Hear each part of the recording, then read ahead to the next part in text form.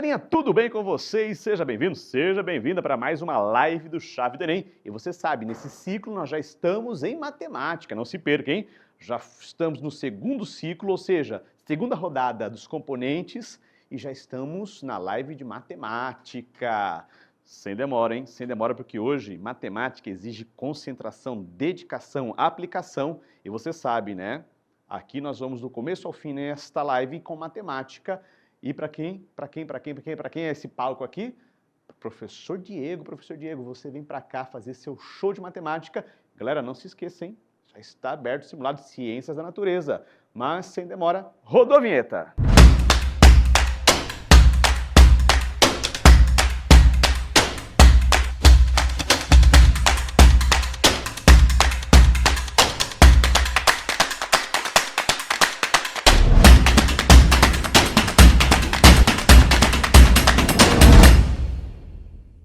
Olá, meus queridos, tudo bem? Sejam todos muito bem-vindos ao nosso encontro, segundo encontro de matemática de 2024.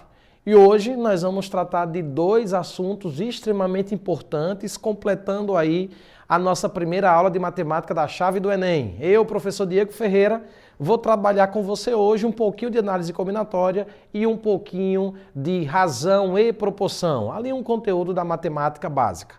Então, pega seu cachorro, lápis, caneta, borracha, pega também o titio, a titia, o vovô, a vovó, traz para estudar com você, a vizinha ou o vizinho que também gosta de matemática, manda o link para ele. Vamos sentar agora para a gente responder algumas questões, algumas não, né? Todas as 10 questões da Chave do Enem dessa semana.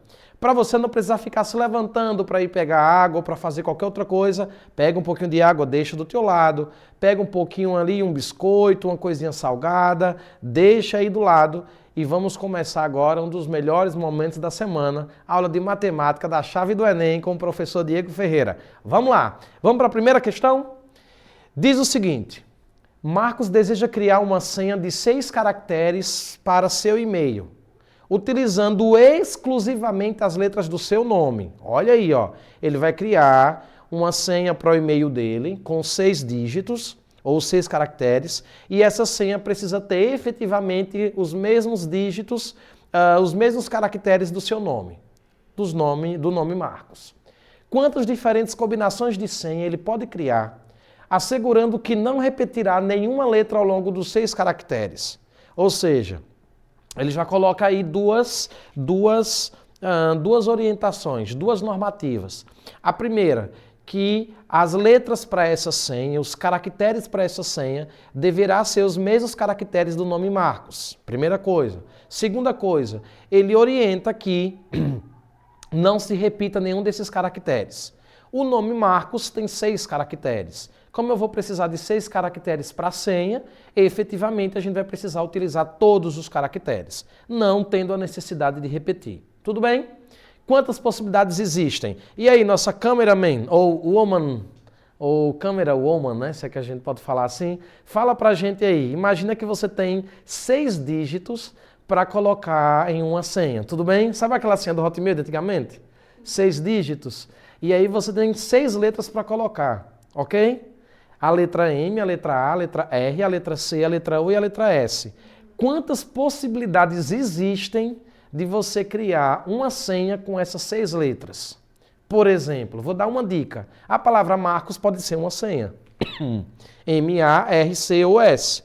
Uma outra senha, S-O-C-A-M. Marcos ao contrário. Certo? Você consegue perceber, meu querido aluno, assim como a Woman Camera aqui, ela também percebeu que existe uma infinidade de senhas possíveis. Eu posso colocar, por exemplo, assim que começa com a letra S, depois a letra O, depois a letra C, depois a letra A, depois a letra M. Então existe uma infinidade.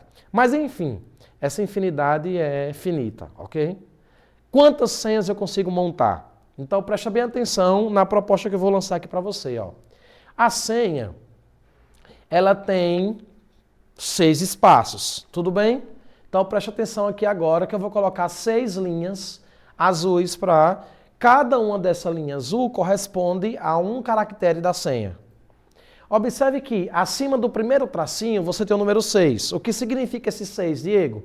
Esse 6 significa que Para o primeiro dígito dessa senha, eu tenho 6 possibilidades. Como assim, Diego? 6 possibilidades de caracteres? Claro, a letra M pode ir lá, a letra A pode ir, a letra R pode ir, a letra C pode ir, a letra O e a letra S. Então, para o primeiro tracinho azul, você tem 6 dígitos, 6 possibilidades. Já no segundo tracinho, você não tem mais 6, você tem 5. Concorda comigo? Por que eu só tenho 5? Porque uma senha já foi utilizada lá no primeiro dígito. Então, se você for usar essa linha de raciocínio que eu estou explicando, terceiro espaçozinho, eu vou ter 4 possibilidades. No quarto dígito da senha, eu vou ter 3 possibilidades. No quinto, 2 possibilidades. E no sexto espaço, uma única possibilidade. Aí agora, você que é aluno aí do terceiro ano do ensino médio, você já deve ter ouvido falar do princípio fundamental da contagem. Qual que é a regra por trás do princípio fundamental da contagem? Todas as possibilidades, quando elas necessitam uma das outras, essa quantidade de possibilidades você consegue obter pela multiplicação dos elementos. Isso significa dizer que, pelo princípio fundamental da contagem, a quantidade de senhas vai ser 6 vezes 5 vezes 4 vezes 3 vezes 2 vezes 1. E se você fizer essa conta aí, 6 vezes 5, 30, 30 vezes 4, 120, 120 vezes 3, 360, 360 vezes 2, 720. P igual a 720. Eu coloquei a palavra P, a letra P, relacionando com o princípio fundamental da contagem. Ou P de possibilidades. Tudo bem?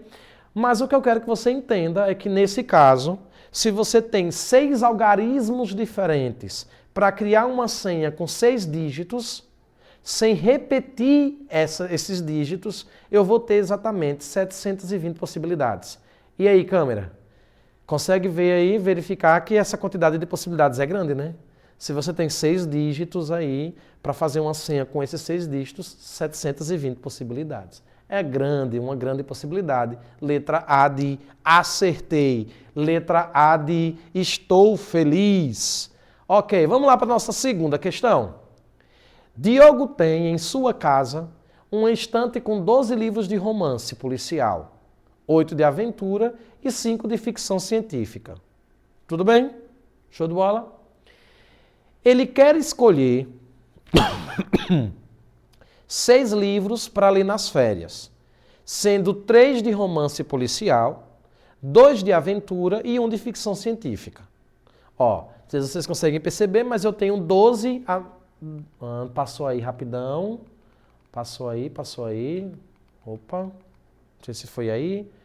Mas vamos lá. Não, pode deixar aí. Pronto. Obrigado. Não sei se vocês perceberam, mas eu tenho 12 livros de romance policial e dos 12 eu vou escolher 3 para leitura. Ok? Eu tenho 8 de aventuras, dos quais eu vou escolher 2 para leitura. E eu tenho 5 à minha disposição de ficção científica, dos quais eu vou escolher 1. Ok? Ó, esse 12, 8 e 5 são as minhas possibilidades de escolha.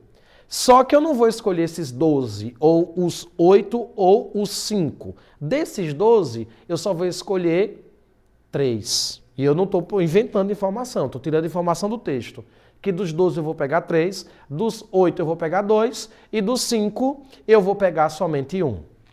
A pergunta é: o número de maneiras diferentes que Diogo tem para escolher esses 6 livros é...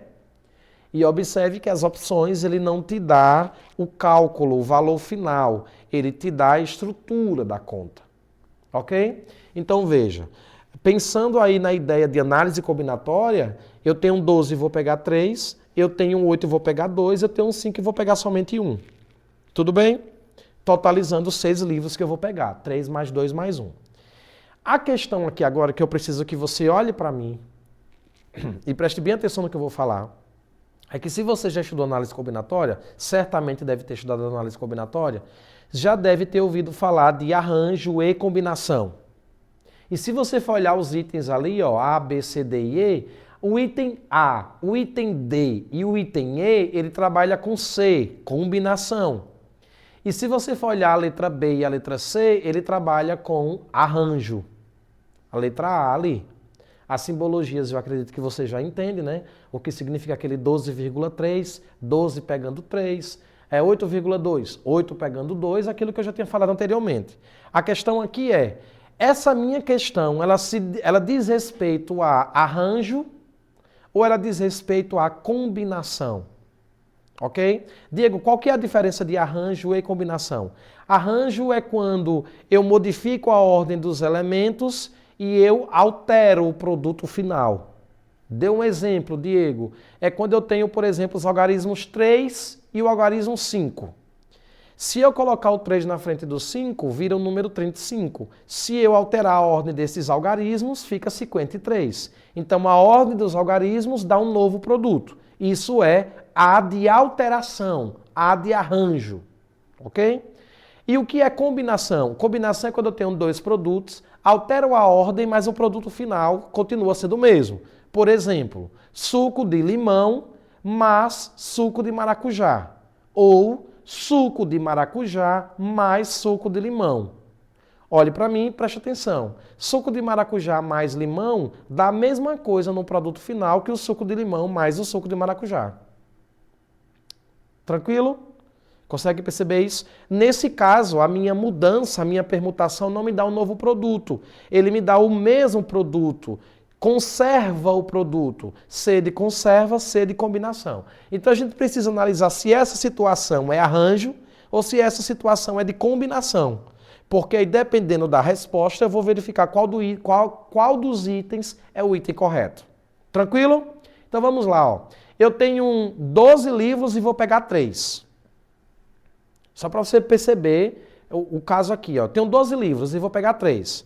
Eu vou pegar o livro A, B e C. E outro colega meu pega o livro C, B e A.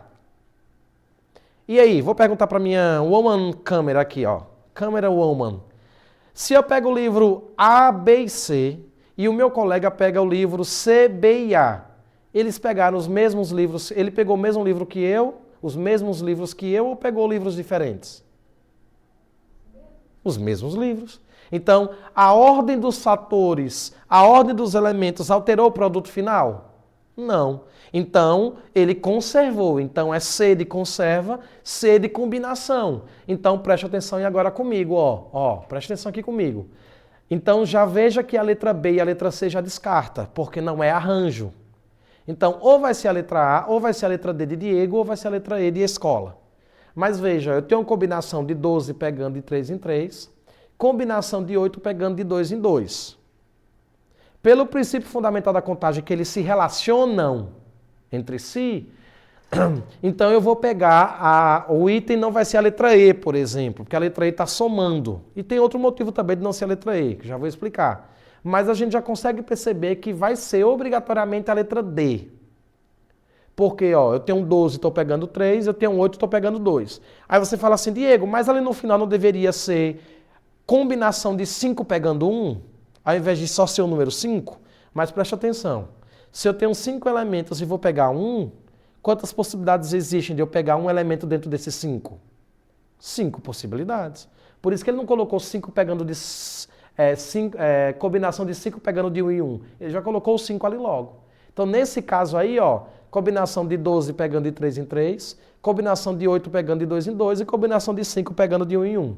Multiplicando tudo isso, vai dar essa quantidade de possibilidades, que nessa questão nem pediu para você quantificar. Nesse caso, letra D de Diego, letra D de acertei, letra D que a câmera woman certamente acertaria essa questão. Ok? Então vamos para a nossa próxima questão aí, queridos. Fala para mim aí no chat se você já acertou, se você errou, se você está decepcionado porque errou as duas questões, ou se mesmo errando as duas questões continuará com a gente aqui porque sabe que não tem para onde correr. Então vamos lá, coloca aí o seu nome, de onde você veio, para onde você vai e quantas questões você já acertou. Próxima questão. O Corpo de Bombeiros possui uma equipe de 10 paramédicos. A cada chamada, 3 paramédicos saem juntos para fazer o atendimento. Então veja, eu tenho 10 paramédicos à minha disposição e desses 10 eu vou chamar somente 3 para um determinado atendimento. A pergunta é, A quantidade de diferentes composições com 3 paramétricos que podem ser formados é de quanto? Veja só. Existem 2 formas de você responder essa questão. Ou por meio de combinação, você pode responder essa questão, porque ela é uma combinação, não é um arranjo. E qual a garantia que eu te dou que ela é uma combinação e não um arranjo? Por exemplo, se eu pego os paramédicos 1, paramédico 2 e o paramédico 3, vai ser a mesma equipe do paramédico 2, paramédico 1, paramédico 3. A ordem não altera a equipe. Então é combinação, tá bom? Só que eu vou fazer do jeito mais simples, pelo princípio fundamental da contagem, tá bom? Olha aqui, combinação. Desculpe, eu vou voltar para fazer por combinação mesmo, tá bom? Olha para cá, ó. Eu tenho N elementos, que é a quantidade de paramétricos à minha disposição, e P é a quantidade de paramétricos que eu vou me utilizar em cada ciclo, ok? Que nesse caso é 3. Então, ó, olha para mim. N é 10, P é 3. N é a quantidade que eu tenho à minha disposição. P é o subgrupo que eu vou pegar dentro desse N. Ok? Então vamos lá, ó. N é 10, P é 3. Olha como que fica aqui. 10 fatorial sobre 3 fatorial vezes 10 menos 3 fatorial. Estou usando a formulinha de combinação. Tudo bem para você? Tranquilinho? Então vamos lá, ó. 10 menos 3 vai dar 7 fatorial. Ó. 7 de cima com 7 de baixo a gente corta. Tranquilo para você? Ó. 7 de cima com 7 fatorial a gente corta. O 3 fatorial eu coloquei como sendo 3 vezes 2, porque 3 fatorial é 3 vezes 2 vezes 1. Faz sentido? Esse 3 eu vou cortar com 9 e esse 2 eu vou cortar com 8. Não sei se você conseguiu perceber, ó. O 3 eu corto com 9 e fica 3 em cima. O 8 divido pelo 2 que está embaixo fica 4 em cima. Então vai ficar 10 vezes 3 vezes 4. Tranquilo para você? 10 vezes 3 vezes 4? 10 vezes 3 vai dar 30, 30 vezes 4, 120. Ou seja, se eu tenho 10 paramétricos à minha disposição e eu vou montar grupos com 3 paramétricos, eu tenho 120 possibilidades de montar essas equipes com 3 paramétricos cada. Ok? Tranquilo? Então, nesse caso aí será a letra B de bola. Tranquilinho para você? Show de bola? Conseguiu entender? Então, vamos lá. Próxima questão. Essa questão é uma questão fácil, tá bom? E agora a nossa câmera aqui, ela vai olhar para a questão, ela vai ler e ela vai dar um chute no item. Aí, para ver se acertaria se fosse ela fazendo, tá bom? Não se preocupe, se você está aí julgando a câmera porque ela vai chutar uma questão, muitos de vocês também responderam essa questão chutando, tá bom? Então vamos lá. Vamos ler aqui comigo e vamos ver quantas questões você vai acertar aí. No rancho de uma unidade militar, há 3 opções de pratos de proteína: frango, bife e ovo. 3 pratos de acompanhamento: farofa, arroz e macarrão. Me deu até fome aqui agora. E 2 pratos de sobremesa: doce de leite e gelatina. Os militares devem pegar apenas um item de cada prato. Ou seja, do frango, bife e ovo ele vai escolher um. Dos pratos, dos acompanhamentos ele também escolhe um. E para a sobremesa ele também escolhe um dos 2 que tem à disposição. Ok? Enfim, a pergunta é: quantos tipos de pratos diferentes esse militar ele pode montar? Ah, Diego, não entendi ainda. Por exemplo, eu vou dar um exemplo de um tipo de prato que ele pode montar, tá bom? Ele pode pegar, por exemplo, frango, macarrão e doce de leite. Ou ele também pode pegar ovo, farofa e gelatina. É uma outra possibilidade. Ele tem que pegar de cada parte aí, de cada prato, de cada tipo de prato, uma escolha para ele montar o prato dele. A pergunta é quantas opções ele tem à disposição dele para montar o prato. Ok? E aí agora eu vou dar 5 segundos, porque é isso que eu tenho, não mais que isso, para você dizer para mim qual foi o item que você marcou aí e a nossa camera woman vai falar para a gente qual item que ela marcaria ali. Letra A, letra B, letra C, letra D ou letra E? Pode falar, claro. Eu marcaria B. A letra B. B de bola, 12. Será se ela acertou? Será se ela acertou? Vamos corrigir a questão? Vamos lá. Pelo princípio fundamental da contagem, veja que aí não é o caso nem de combinação nem de arranjo, porque eu tenho 3 e pego 1, porque eu tenho 4 e pego 1, porque eu tenho 2 e pego 1. Você não precisa se utilizar desses recursos para fazer o cálculo, tá bom? Eu vou pelo princípio fundamental da contagem. O que é que o princípio fundamental da contagem me diz? Que a quantidade de possibilidades é a multiplicação das possibilidades dentro de cada conjunto, ok? Então vamos lá, ó. Pelo princípio fundamental da contagem. Quantos pratos eu tenho de proteína? 3. Bife, ovo e frango. Ok? Então vou colocar aqui, ó. 3. Quantos pratos de acompanhamento? Também 3. Quantos tipos de sobremesa? 2. Pelo princípio fundamental da contagem, o que é que eu faço com essas possibilidades? Multiplico. 3 vezes 3 vezes 2. 3 vezes 3, 9. 9 vezes 2, 18. Ou seja, eu tenho 18 possibilidades de montar o meu prato. O que não é ruim, ok? Apesar de que tem algumas possibilidades aí que meio que não combinam. Você está no almoço ali desesperado, aí vai colocar ovo, farofa e gelatina. Não dá, né? A gente quer um negócio mais elaborado. Mas enfim, a letra certa é a letra E. 18 possibilidades. Ok? Tranquilo? Show de bola para você? Então vamos que vamos para a nossa próxima questão. Em um hospital, há apenas 10 quartos particulares disponíveis, sendo 6 para Covid e as demais para outras enfermidades. Ou seja, eu tenho 6 para Covid e 4 para outras enfermidades. Os quartos para Covid são C1, C2, C3, C4, C5, C6 e os outros E1, E2, E3, E4. Com isso, os pacientes J e K com Covid e L com outra enfermidade dão entrada na internação em quartos particulares. Esses pacientes devem ser destinados aos seus respectivos quartos de vários modos diferentes. Então veja só, eu tenho o cara J e o cara K que estão de Covid. Se eles estão com Covid, isso significa dizer que esses dois eles só podem se utilizar dos quartos C1, C2, C3, C4, C5 e C6. E o paciente L, como tem outra enfermidade, à disposição dele eu tenho o quarto E1, E2, E3 e E4. Tudo bem? Aí, esse segundo parágrafo foi o que eu acabei de falar agora, né? O número total de modos diferentes de esses 3 participantes ocuparem 3 dos quartos disponíveis é igual a quanto? Conseguiu perceber aí a beleza da coisa, da questão?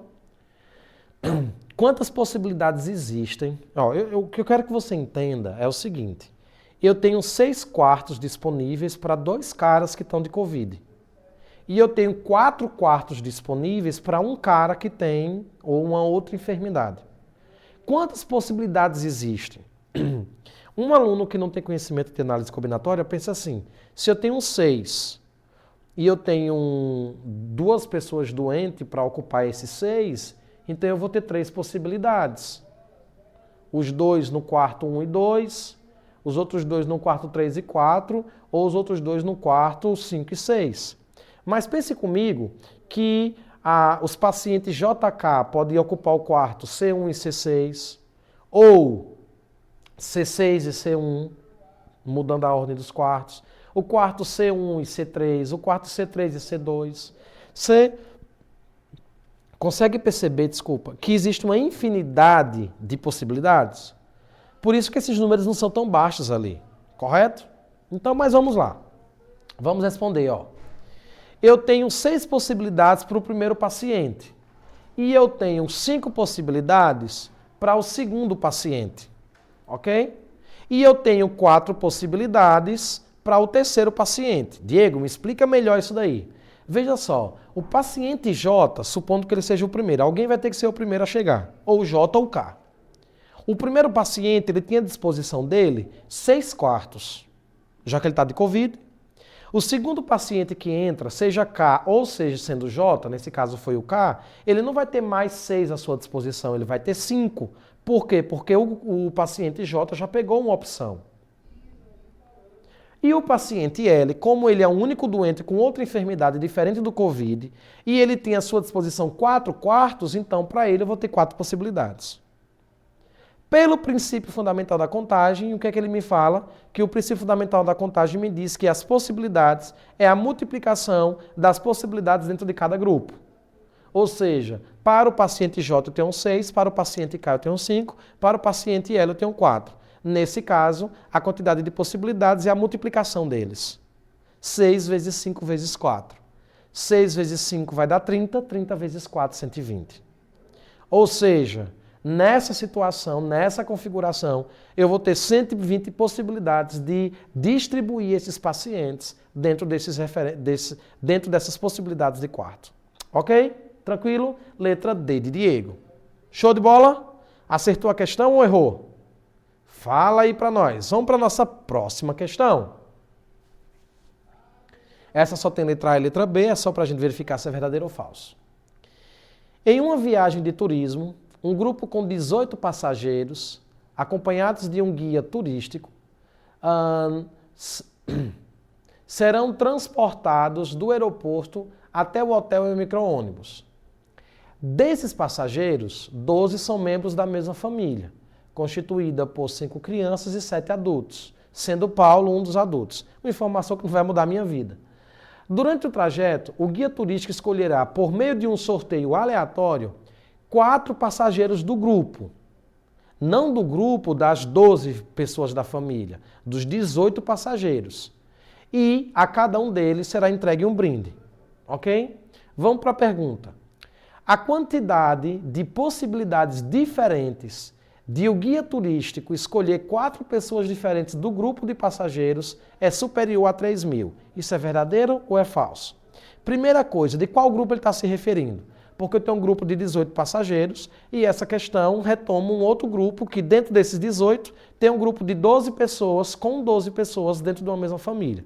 Nesse caso, como ele não especifica das famílias, de uma família especificadamente, ele fala do grupo de passageiros. Então eu vou tomar como referência o grupo de passageiros com 18 pessoas. Ok? E aí, dessas 18 pessoas, ele vai pegar 4 para dar o brinde. Tudo bem? Então veja, ó, eu tenho 18 e vou pegar 4. Quantas possibilidades existem de, com 18 pessoas, eu pegar grupo com 4? Eu posso pegar a pessoa 1, a pessoa 2, a pessoa 3, a pessoa 4. Eu posso pegar a pessoa 1, a pessoa 8, a pessoa 12 e a pessoa 18. Eu posso pegar a pessoa 18, a pessoa 3, a pessoa 13 e a pessoa 11. Então você consegue perceber que existe um grupo quase que infinito de possibilidades? Aí o que ele está dizendo é que essa quantidade de possibilidades é maior que 3.000. Vamos verificar. Pensa comigo. Eu tenho 18 e vou pegar 4. É arranjo ou combinação? É arranjo ou combinação? Combinação é quando eu modifico a ordem e você tem o mesmo produto final. Arranjo é quando eu modifico a ordem e eu tenho um novo produto. Vou te dar um exemplo. Tá bom? Nesse caso, vamos supor que na primeira vez ele pegou a pessoa 1, 2, 3 e 4. E em um segundo momento, ao invés de ele pegar a pessoa 1, 2, 3 e 4, ele vai dar o brinde para a pessoa 4, 3, 2, 1. Vai ser a mesma equipe ou equipes diferentes que vão ganhar o brinde? A mesma equipe, certo? Aqui vão estar as pessoas 1, 2, 3 e 4, só que as pessoas 1, 2, 3 e 4 também estarão aqui nesse segundo grupo. 4, 3, 2, 1. Ok? Então, veja, eu alterei a ordem, mas o produto final continuou sendo o mesmo. Nesse caso, não altera. Ele conserva. C de conserva, C de combinação. Então, para eu calcular a quantidade de possibilidades de com 18 pessoas eu pegar 4, então é combinação. Então, eu vou jogar aqui, ó, combinação de NP. N é a quantidade total, que nesse caso é 18, e P é o subgrupo que eu vou pegar, que nesse caso é 4. 18 pegando de 4 em 4. Vai ficar 18 fatorial sobre 4 fatorial vezes 18 menos 4 fatorial. Vamos fazer essa continha ali logo do 18 menos 4? 18 menos 4 é 14. Olha como que fica. Como embaixo você tem 14 fatorial, qual foi a estratégia que eu pensei? Vou pegar o 18 fatorial e abrir até o 14 fatorial, para que eu consiga cortar em cima e embaixo. Cortando o 14 fatorial em cima e embaixo, olha como que fica.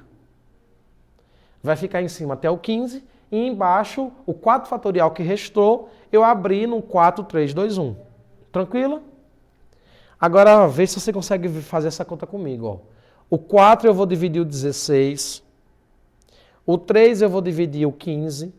O 2 eu vou dividir o 18. Para que esses números que estão no denominador desapareçam. Tá bom? Olha como vai ficar. O 18 dividido por 2 deu 9. O 16 dividido por 4 deu 4. E o 15 que divide para 3 deu 5. Ou seja, a quantidade de possibilidades é 9 vezes 17 vezes 4 vezes 5. Pega a calculadora rapidão aí.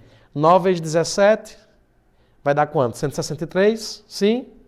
163 vezes 4 vai dar quanto aí? 163. 4 vezes 5 é 20. 20 vezes 163, 0. 163 vezes 2 vai dar 320 alguma coisa, né? Quanto é que dá aí? Faz a conta. Aí vai dar 3.000 e alguma coisa, né? Olha aí quanto é que dá? 3.060. Ou seja, a quantidade de possibilidades é exatamente 3.060, que é maior que 3.000. Show de bola? Nesse caso, a informação está correta. Tranquilo para você? Fácil, fácil? A quantidade de possibilidades vai dar maior que 3.000. Letra A. Podemos ir para a nossa próxima questão? Acertou sim ou não? Fala aí para mim. Ou se errou em algum caminho, enfim. Vamos agora para a nossa 7ª questão, que aí já começa a mexer com razão e proporção, matemática básica. De acordo com o Censo Agropecuário de 2017, 15 milhões de pessoas trabalham na agropecuária brasileira. Ponto. 15 milhões de pessoas trabalham na agropecuária brasileira. Esse número 15 milhões vai ser o nosso número base. Observe a distribuição percentual dessa população por grau de escolaridade. Então, por exemplo, 67,1 ensino fundamental incompleto, 15,4 ensino fundamental completo ou ensino médio incompleto, e ele vai dando os percentuais para cada nível de escolaridade, ok? A partir desses dados, o número de trabalhadores com ensino fundamental incompleto em milhões é mais próximo de quanto? Veja só, o número base que eu tenho é 15 milhões. Desses 15 milhões, a questão está dizendo que 67,1% tem o ensino fundamental incompleto. Como a questão está perguntando quantas pessoas têm o ensino fundamental completo, nesse caso o que é que eu vou fazer? Eu vou calcular quanto que dá 67,1% de 15 milhões. E como que eu faço, Diego? Como que eu faço 67,1% de 15 milhões? É simples. É só você multiplicar o número base pelo percentual. Só que o percentual na sua representação decimal. Ok? Então, 67,1%, se você dividir por 100 para ir para a representação decimal, é 0,671. Ou seja, a quantidade de pessoas com ensino fundamental incompleto nada mais é do que 15 milhões vezes 0,671. Você também pode fazer por regra de 3. 15 milhões dá 100. Quanto que vai dar para 67,1 e fazer uma regrinha de 3. Eu achei mais fácil fazer assim. Fica bem à vontade. Pega a calculadora rapidão aí, faz aí para mim quanto é que dá 15 milhões vezes 0,671. Fez? Show de bola? Tranquilo? Então vamos lá. Deu quanto aí? 10 milhões e alguma coisa? Aqui também.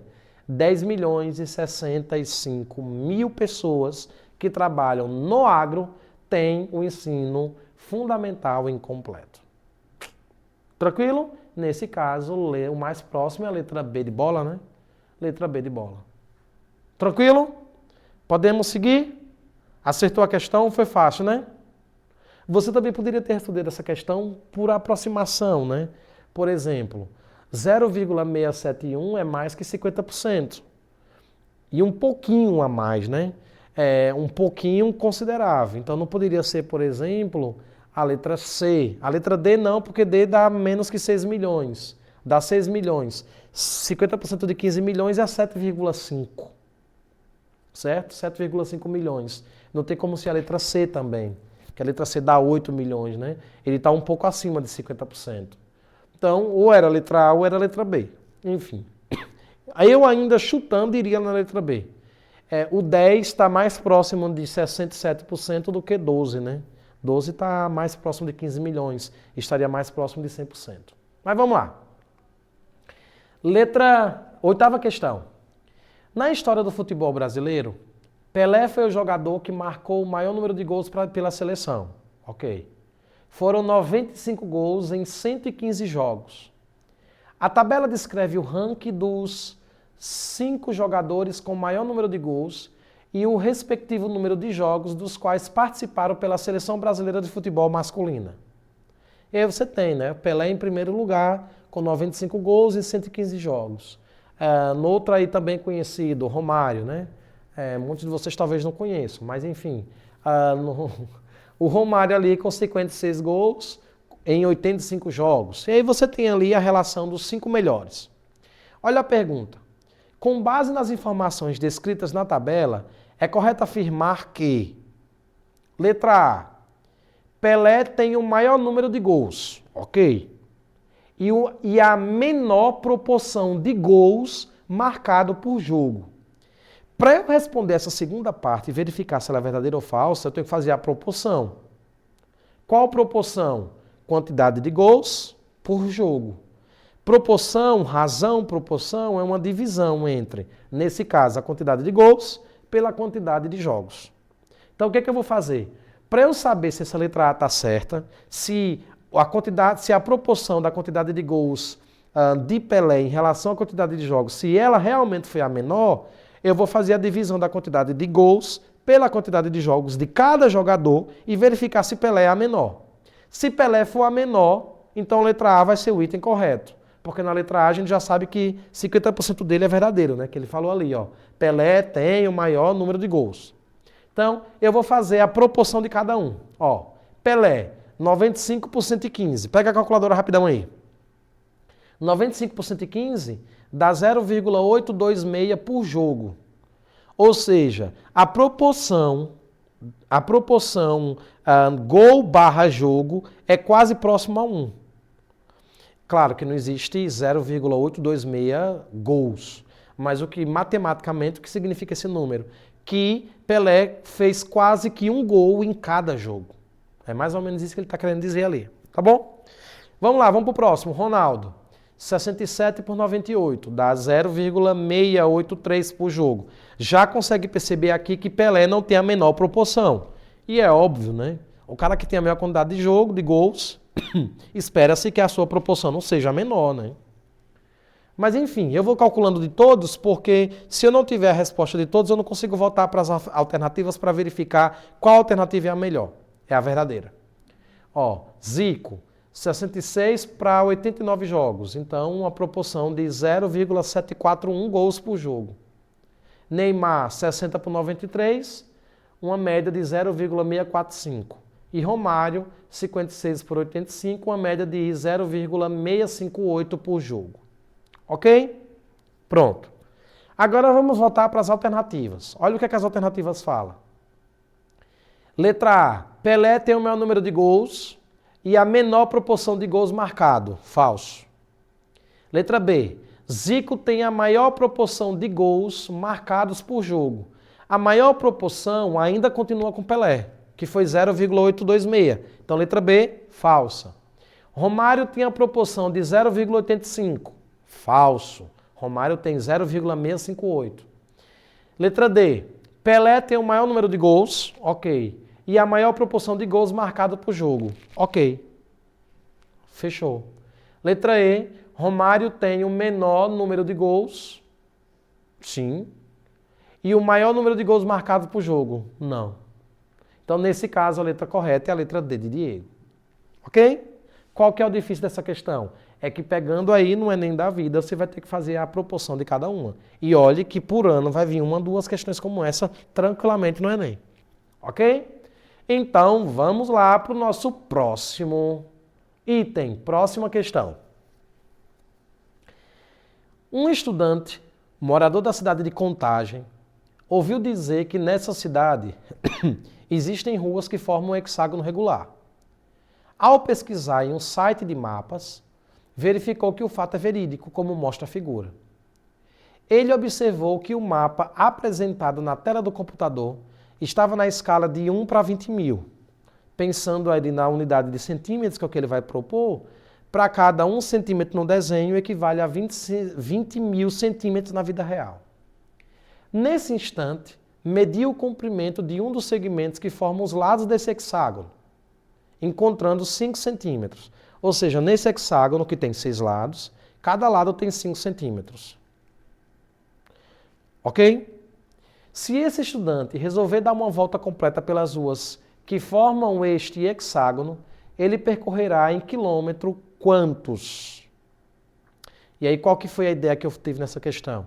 Eu vou verificar quantos centímetros tem cada lado, na vida real, ok? Se para cada 1 centímetro do desenho eu tenho 20 mil centímetros na vida real, vou fazer a proporção para o perímetro todo, ok? E depois transforma em metro e depois transforma em quilômetro e descubra aí. É fácil, fácil. Então vamos lá, ó. Um lado é igual a 5 centímetros no desenho. 6 lados é igual a 30 centímetros no desenho. Só que esses 30 centímetros no desenho eu tenho que transformar para a vida real. Para cada centímetro no desenho, eu tenho 20 mil centímetros na vida real. Se eu tenho 30 centímetros no desenho, isso significa dizer que na vida real é 30 vezes 20 mil. Concorda? E é isso que eu vou fazer agora. 30 centímetros no desenho equivale a 30 vezes 20 mil na vida real. 30 vezes 20 mil na vida real, faz aí a conta, vai dar 600 mil centímetros na realidade. Ok? Para o cara dar uma volta no hexágono, ele vai ter ali, vai ter que andar 600 mil centímetros. Vou transformar para metro e depois transformo para quilômetro, para ficar mais fácil essa transformação, tá bom? De centímetro para metro, você divide por 100. Corta 2 zeros, porque 100 tem 2 zeros. Cortando 2 zeros ali, você fica com 6 mil metros. De metros eu transformo para quilômetro. Como que eu faço para transformar de metro para quilômetro? Divido por 1000, porque cada quilômetro tem 1000 metros. Cortando 3 zeros ali, vai dar 6 quilômetros na realidade.